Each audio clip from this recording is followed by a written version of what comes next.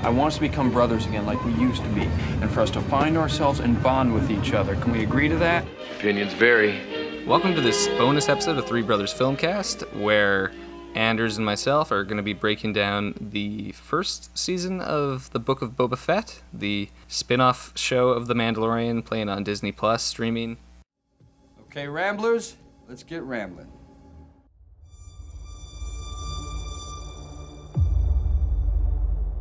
I know that you sit on the throne of your former employer. Jabba ruled with fear.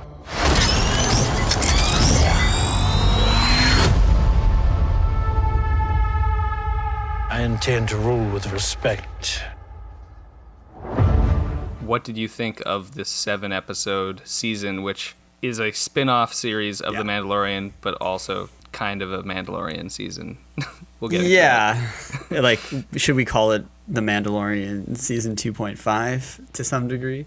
I think maybe that's fair. But, overall, I enjoyed it. But I will say it is somewhat uneven in its storytelling. I'm not clear that this is what most people expected from Book of Boba Fett, especially. Although the first 4 episodes I enjoyed quite a bit. I especially liked episode 2, where we see the backstory of Boba Fett and his relationship with the Tusken Raiders, and the way that leaned into Western movie tropes. And yet sort of humanized the Tusken Raiders, and it showed kind of, if there was any sort of overarching plot that this had to do, I think was to show how Boba Fett goes from being a cold-blooded mercenary who works for Darth Vader to the potential ally that we see in season 2 of The Mandalorian, right? Yeah. So, in so many ways, it's impossible for this show to escape the shadow of The Mandalorian, not only because Mando is a variation of Boba Fett. Like, Boba Fett's the original cool guy in the armor who does, he's a badass, but you don't want to think of him as too much of an evil guy, but he does kill people, and, like, he'll work for whoever pays him. Mm-hmm. So, but there was always that thing that I think exists a lot more in the expanded universe books and comics from the 90s and video games and stuff, where Boba Fett, he's bad, but he's not really bad. Like, there's a moral code there, and we're just kind of assuming, right? Because we don't know Boba Fett as a character really at all. No, exactly. I mean, he has something, 10, 15 minutes of screen time in the original trilogy. We get to see him as a kid in Attack of the Clones who witnesses his father die at the hands of the Jedi, and then I admit I have not finished Clone Wars, but apparently there is bits with Boba Fett in that as well that ties into this series as well. I like that you brought up the expanded universe thing, because for me, I really got into Star Wars fandom in the early 90s when those spin-off books before the prequels came out, and this to some degree, especially the first. I'm going to bracket the first 4 episodes from the last 3 episodes of this season to some degree. Those first 4 episodes, I kind of enjoyed it for the way it felt like one of those expanded universe stories, like the Tales from Jabba's Palace or the Tales of the Bounty Hunters kind of bits. Yeah. We get hints of the details of Jabba's palace, the different parts of it, the sort of political and crime syndicates that rule over Tatooine. And, it's uneven. There's some goofy bits. We'll do a bit of a rundown of what worked for us, what didn't, and that kind of thing. But, I enjoyed it. I enjoyed the bits of, like I alluded to, genre film references, which is something I think that Filoni and Favreau's Star Wars TV series have done a good job, is leaning into something that was a complaint of mine about the Disney sequel films, which is that their main reference points was Star Wars movies to a great degree, that this is playing fully into the pulp filmmaking of westerns, crime stories, and then it goes a few other places as well, we'll get to in a minute. And we talked about this when we were talking about The Mandalorian Season 2, about how one of the strengths of that show is that it goes back to the things that inspired Star Wars in the first place, right? And this show, I don't think it's quite that. It kind of goes a little bit more into the things that interest Favreau and Filoni and Robert Rodriguez as filmmakers. If we're taking the first 4 episodes as kind of the coherent, structured part of the season, which in many ways is more modest, but is actually a pretty focused character story about how Boba Fett can go from being this ruthless killer to this person who's kind of sick of allowing other people to call the shots for him, because by doing so, it forces him to accept whatever moral decisions the other person's making. That's kind of an unspoken thing in all this. He never out and out says that, because Boba Fett still doesn't talk particularly that much. No, but he has you can understand the key refrain that, Jabba ruled through fear, I will rule through respect, right? That he's trying to set up a different set of values through which he's going to establish his leadership. And so having those 4 episodes, having, the flashbacks, which put together the pieces of him and Fennec Shand get together, how he survives the Sarlacc, how he, gets his ship back, and then also why he has the Tusken outfit and the Gedriffy stick and stuff when he shows up in Mandalorian season 2. And then the show turns. Yes. Where the Return of the Mandalorian, chapter 5, which has no Boba Fett in it, nope. It just has Mando, and it seems to be catching up with Mando, and then episode 6 has Boba Fett for 2 minutes, and he doesn't say anything, and it's still mostly Mando, but then it brings Grogu in again, and then episode 7, which feels... kind of brings the two together. Yeah, it brings the two together, and it does cap off the initial conflict with the Pike Syndicate on Tatooine. The one thing I was going to say about this, returning to the idea that this is a Robert Rodriguez series, I kind of, like, he didn't direct all the episodes. I think he directed 3 of the 7 episodes, 1, 2, and 7.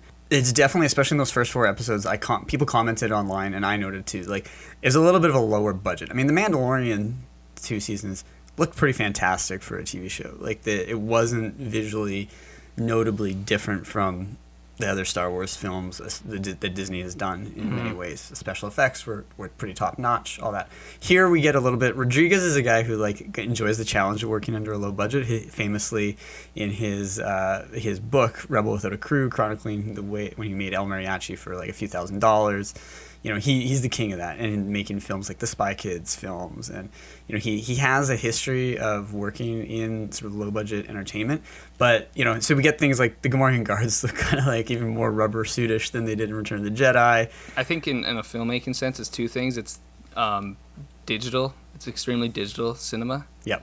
In the photography, and so there's no grain thrown over everything to make it seem lived in. It actually seems extremely fresh and new, and so the Gamorreans are, standing in sunlight, bright green in their like rubbery suits and stuff. And I appreciate that there's a lot of practical effects in the show still, even though they're clearly using those giant screens. I don't know the exact, I forget the exact technical term for them, but the giant LCD screens that are real time previous sequences while you're filming on set. They're essentially a digital backlot. Mm-hmm.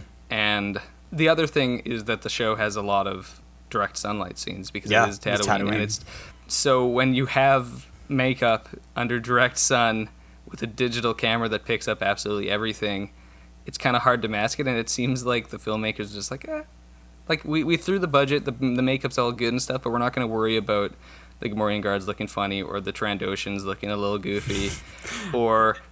some of the stuff of when in the second episode, say when they're like chasing the train and the speed of it, when they're on the swoops trying to get onto the train and stuff. It's like, it doesn't seem to have that kind of A-list prestige that the Mandalorian clearly is their new like flagship, and this doesn't seem to have any interest in being a flagship. And I think that's part of what I like about it, because it's what I praised about this, what I praised about Mandalorian, and even Rogue One to an extent is the modest stakes, the fact that it's not a universe-ending thing at any moment. It seems to be very to these people, these communities, these specific conflicts that they have with each other.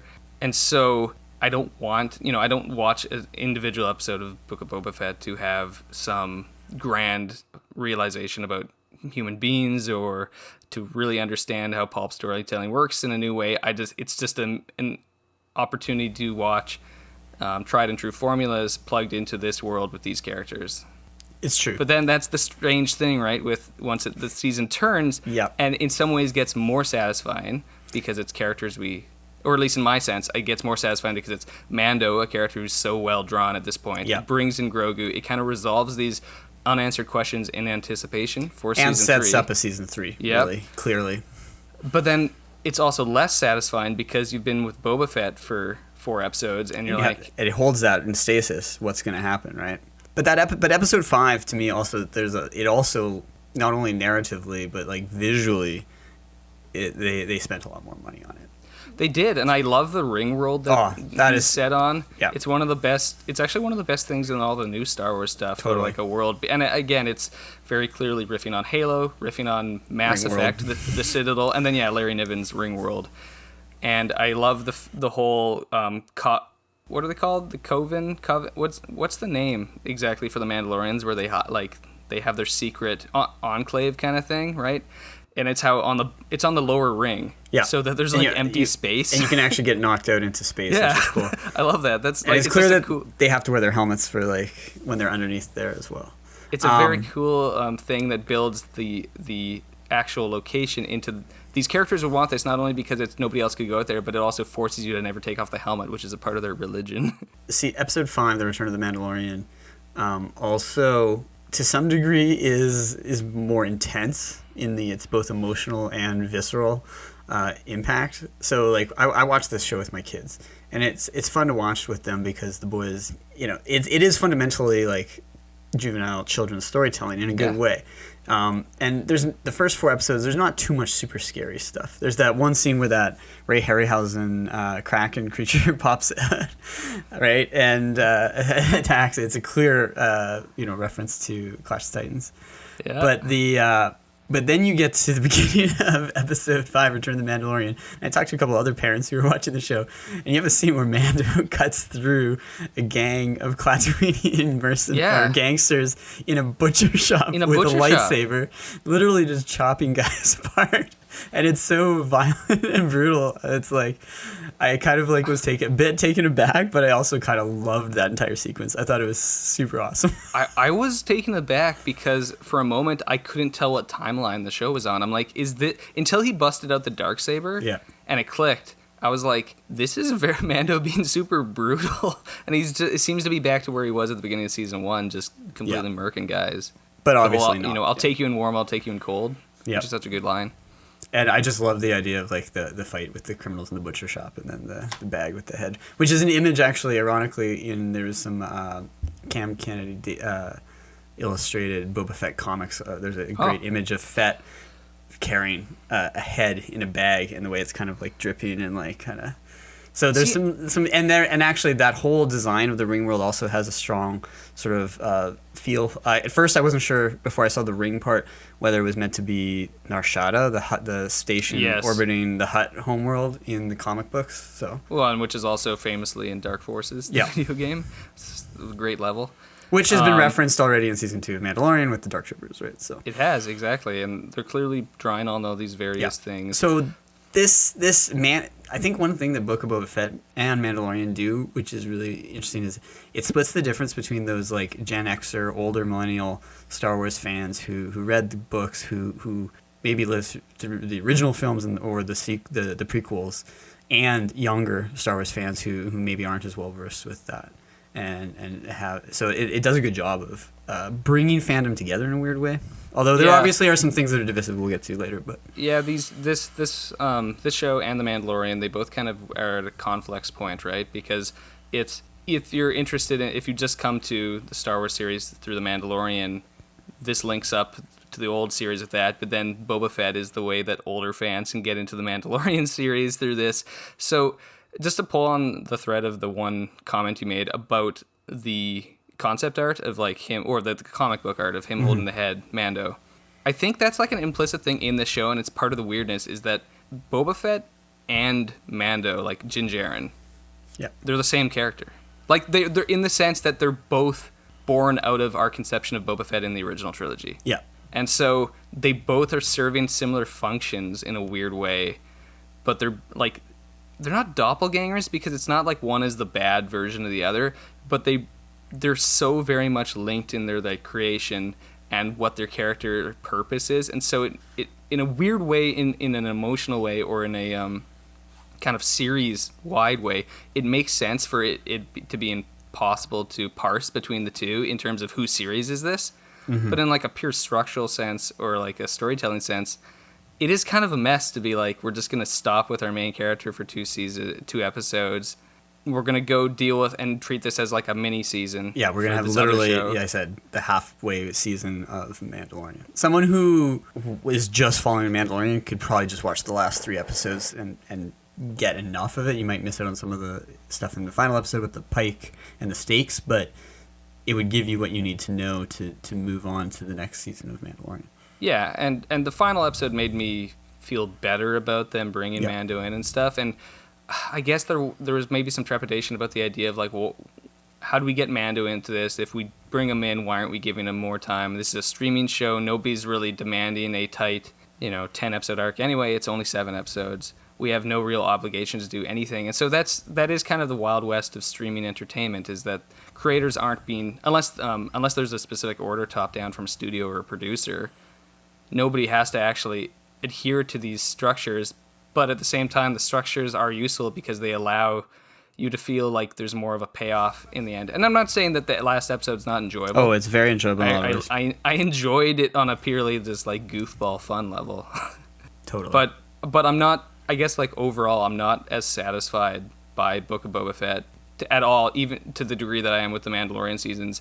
And the weirdest thing about that is that the Mandalorian season 1 especially is like so tightly structured and so focused in on this one character, and each episode is modest to a point and restrained to a point that I find like really admirable for Star Wars to do. And these early episodes of the Book of Boba Fett are pretty modest, but it doesn't carry throughout the whole season, so you don't get this kind of sustained artistic direction for the whole story. Yeah. It's very clearly just a side story to answer some questions, to set up some future things, and to give some payoff in this like smaller stakes conflict on Tatooine. Absolutely. I wanted to ask you a couple of specific questions about aspects of this series, particularly some of the performances, and before we maybe see what are some of our like yes no highlights, downsides, kind of thing. I wanted to ask you about Tamara Morrison's performance as Boba Fett. What did you think? It's good. I don't think he's like a exceptional actor. I've always liked him, but I made a note. I think I might have texted you about this earlier in the show, and it's like, it's kind of strange to have him as a leading man all of a sudden, because he's never really been a leading man in anything that I've seen him in. He's always this kind of dependable character actor, and so he's not an actor who even his performance style pulls a lot of limelight onto him, and which plays to Boba Fett as a character in the sense that he just lets his actions do the talking, and he has no interest in trying to like win you in. But compare it to Pedro Pascal, and there is a clear lack between the two. I'm always amazed how Pedro Pascal is able to emote so much without even when he doesn't take his helmet off. Right? Yeah. It's just like, I could never imagine anyone else playing Mando. Like, it's so clear just from his vocal performance and his body language who this character is and what he thinks. And that's not to take away from Tamara Morrison, but he's a different kind of character. I did enjoy how grizzled he is. Oh, yeah. I mean, Tamara Morrison at this point is, much older than he was when he played Jango Fett in Attack of the Clones. But I did see one Twitter person I follow call him Boba Hoskins for his, like a Bob Hoskins kind of grizzled. And having just recently rewatched Who Framed Roger Rabbit, I'm like, I can see it, a little bit of that in there. But the other thing that I think Tamara Morrison lends is credibility in certain things, right? He is of Maori ancestry, and I think that episode 2 with the Tusken Raiders and the relationship of Boba Fett to the Tuskens and how they attempt to give them some depth and situate them as essentially the indigenous peoples of Tatooine in relation to the settlers and the Empire and the criminal elements. I think if the actor playing Boba Fett had not been indigenous person himself, it may have played a little more off. I think it might have rubbed some people the wrong way. And so he does lend it some legitimacy through that in a strange way. No, I agree, but I also don't think it's just like a token thing. It's not. No, like, it's intentional. I think it's not. No, but it's not also like the fact that Tamora Morrison being Maori allows them to make this anti-colonial comment in their Tuscan story. It actually seems it probably has the most emotional and like thematic depth of the stuff in the season, where it offers a true like revisionist Western look in the Star Wars universe, and because Morrison doesn't condescend to the material in any way and seems adept at navigating those kind of displays on screen, it actually works very well. Yeah, like the performance of Ritual, the crafting of the gaffy stick is a great scene. Yeah, So I just wanted to draw attention to that performance. The other big sort of controversial performance here is I don't know if you want to what do you want to call it, deep fake Mark Hamill. Yeah, the CGI Mark Hamill, which, setting aside any moral qualms people have about this, we've hashed it over about Rogue One and even other films that have done this, but it wasn't as fully emotive as it could be if Mark Hamill was able to actually fully embody the role. It is pretty it's pretty stunningly compelling. It looks like it, right? Like I think super impressive. It's a very impressive technology, and the fact that it's not just a cameo. Like in Episode 6, Luke Skywalker has, I think, more screen time than any of the other characters in the episode aside from Grogu. No, it's true. I heard that they apparently on the season finale of Mando season 2, when Luke shows up, this guy did this like YouTube fan edit, and he's like, I corrected the face of it because I'm like, I know how to use deepfake stuff better. They hired him at Lucas at ILM, and he worked on this, and so that's why this looks a little bit better. It looks than even that. better, yeah. Yeah, I don't really care about this, and I don't understand people being so aghast like it's some kind of sick thing. It's a different thing if it's a dead person. The Peter Cushing thing is a different thing, because here it's like, if you're paying Mark Hamill and Mark Hamill's like, go for it, I don't care. Yeah. Do it. Like he got credited for it. He is exactly. And people are like, well, we don't have actors. We don't. It's like, oh, it's such a like moral wishy-washy thing. It's like, but we already have fully CGI performances. We're already completely beyond that window of like what is real in camera and what's not. So yeah. So what if a computer did like some of the lines? I just don't know, like, what is the moral standing aside from them just being like, I think what it is trying to do is some people being uncomfortable on aesthetic level, and they have to, because they are not comfortable ever just being like, that's a issue with taste, that's an issue of like, I don't like that as like a film storytelling. They always have to couch personal preference in some kind of like moral take, and so it's like, I have to justify that, like, actually, it's not just that this is off or creepy to me, it's that it's bad, and it's like, there's lots of other stuff that Disney does. that gets into a whole larger question. No. I think you're actually on the right track, because moral issues and issues of maybe if you were talking about like primal emotions, Inside Out style, disgust or a visceral reaction in that way can be a hint of moral, but it's not sufficient, and it never. I think that we could get into a whole long talk about the history of disgust being used to cloak moral.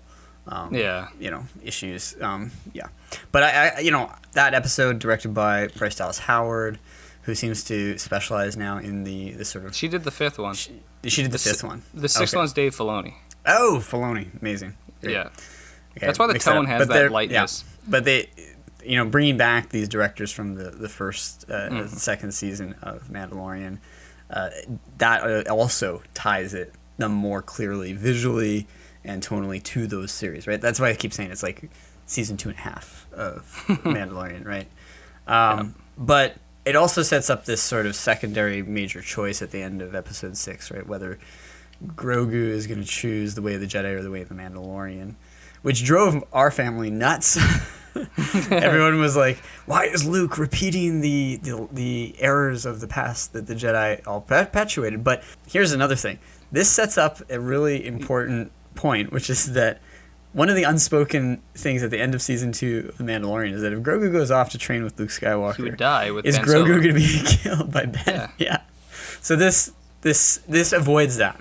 But you also get that great flashback I loved the flashback to when Luke asked Grogu, "Do you want to remember your early childhood?" Yeah. And you get a flashback to Revenge of the Sith, the attack on the Jedi Temple, and the purge of the Jedi, and that Grogu's shaken by that image of the clone troopers and Jedi being cut down. That episode. Just taking aside all the like emotional reactions to the Hamill CGI and stuff.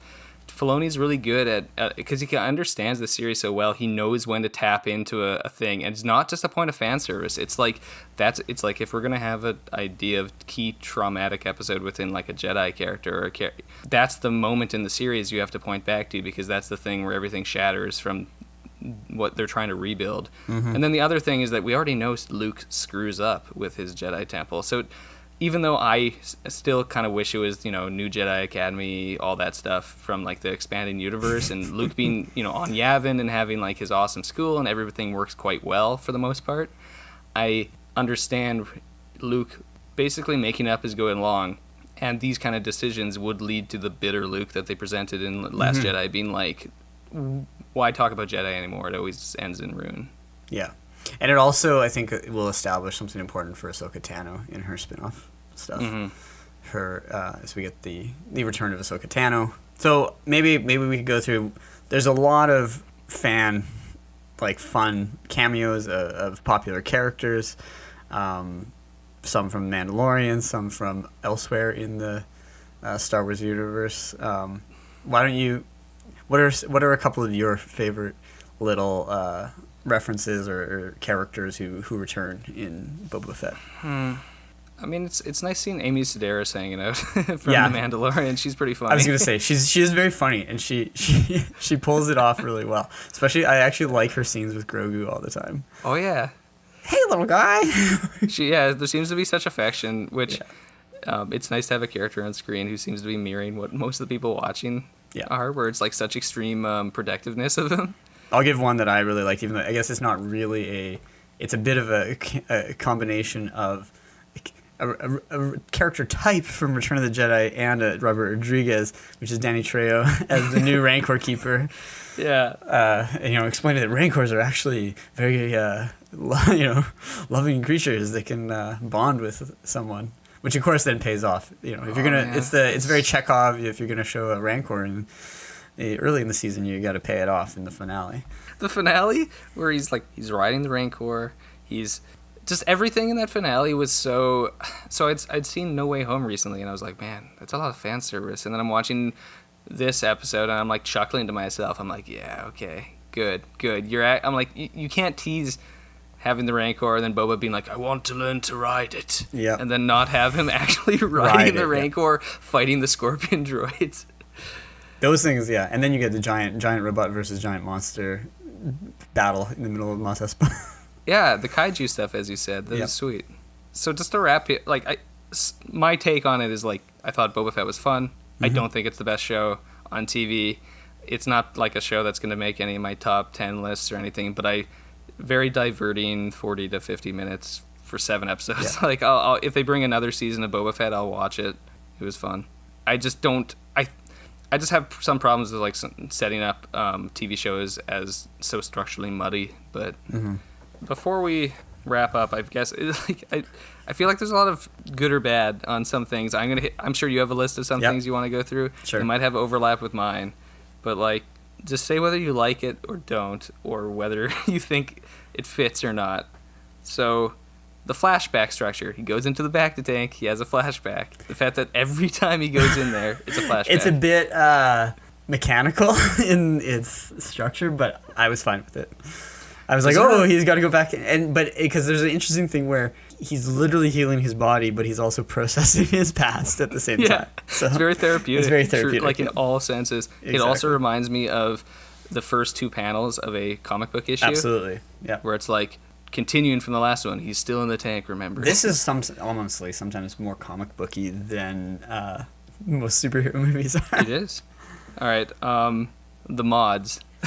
My least favorite part of the season. Not the dude who does the cyber work is kind of cool. Who helps create Fennec, save Fennec and stuff. But the I think it's their bright, shiny Vespas, and the fact that they're so obviously young, like teens from today, feels like somebody dropped out an Archie comic into like the middle of Boba Fett, which again fits with the sort of weird comic tone. But I didn't really love it.